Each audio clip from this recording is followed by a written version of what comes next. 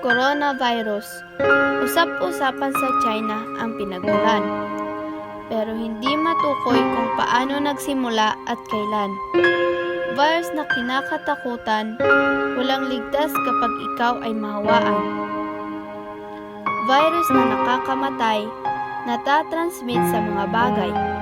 Ugaliing maghugas ng kamay dahil diyan nakasalalay ang iyong buhay.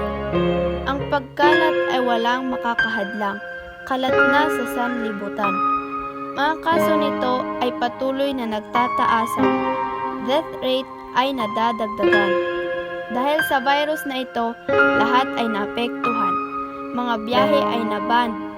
Mga public activities ay iniiwasan para masiguro ang kaligtasan. Frontliners ay ating isipin. Buhay nila ay ibinubuwis para sa atin. Takot man sila na baka mahawa, pero kapakanan natin ang kanilang inuuna. Ang pagkalat ay hindi mapipigilan. Hanggang ngayon, hindi pa rin nasolusyonan. Ang magagawa lang natin ay ating iwasan. Proper hygiene ay gawin. Immune system ay palakasin. Payo ng DOH ay sundin.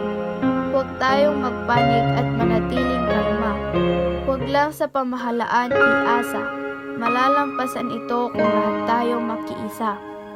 Pananampalataya lamang ang ating makakapitan. Sabay-sabay nating ipanalangin, coronavirus ay sugpuin. Lahat ng ito ay kakayanin. Lagi lamang isipin, ang Diyos ay nasa tabi natin.